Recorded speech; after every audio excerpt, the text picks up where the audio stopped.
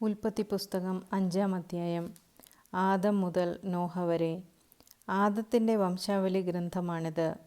ദൈവം മനുഷ്യനെ തൻ്റെ സാദൃശ്യത്തിൽ സൃഷ്ടിച്ചു. സ്ത്രീയും പുരുഷനുമായി അവരെ സൃഷ്ടിച്ചു. അവിടുന്ന് അവരെ അനുഗ്രഹിക്കുകയും മനുഷ്യനെന്ന് വിളിക്കുകയും ചെയ്തു. ആദത്തിന് 130 വയസ്സായപ്പോൾ അവൻ്റെ സാദൃശ്യത്തിലും ഛായയിലും ഒരു പുത്രൻ ജനിച്ചു. ആദം അവന് സേത്ത് എന്ന് പേരിട്ടു. സേത്തിൻ്റെ ജനനത്തിന് ശേഷം ആദം 800 വർഷം ജീവിച്ചു. അവന് വേറെയും പുത്രന്മാരും പുത്രിമാരുമുണ്ടായി. ആദത്തിൻ്റെ ജീവിതകാലം 930 വർഷമാണ്. അതിനുശേഷം അവൻ മരിച്ചു. സേത്തിന് 105 വയസ്സായപ്പോൾ എനോഷ് എന്നൊരു പുത്രനുണ്ടായി.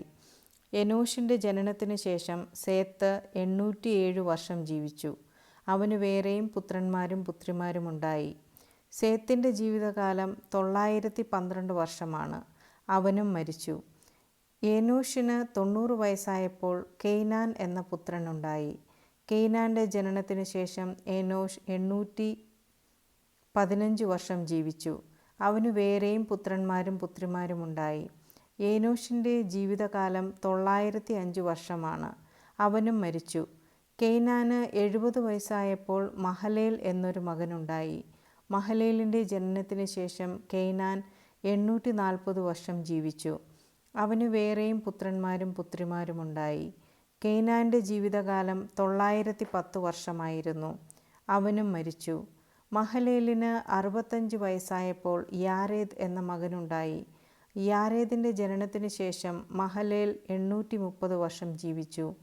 അവന് വേറെയും പുത്രന്മാരും പുത്രിമാരുമുണ്ടായി. മഹലേലിൻ്റെ ജീവിതകാലം 895 വർഷമായിരുന്നു. അവനും മരിച്ചു. യാരേദിന് 162 വയസ്സായപ്പോൾ ഹെനോക്ക് എന്ന പുത്രനുണ്ടായി. ഹെനോക്കിൻ്റെ ജനനത്തിന് ശേഷം യാരേദ് 800 വർഷം ജീവിച്ചു.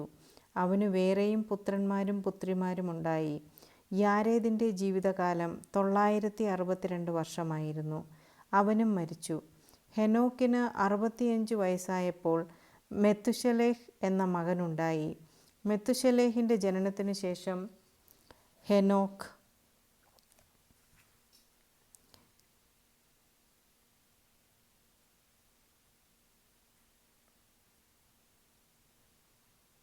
ഹെനോക്കിൻ്റെ ജനനത്തിന് ശേഷം യാരേദ് 800 വർഷം ജീവിച്ചു. അവന് വേറെയും പുത്രന്മാരും പുത്രിമാരുമുണ്ടായി. യാരേദിൻ്റെ ജീവിതകാലം 962 വർഷമായിരുന്നു. അവനും മരിച്ചു. ഹെനോക്കിന് 65 വയസ്സായപ്പോൾ മെത്തുശലേഹ് എന്ന മകനുണ്ടായി. മെത്തുശലേഹിൻ്റെ ജനനത്തിന് ശേഷം ഹെനോക്ക് 300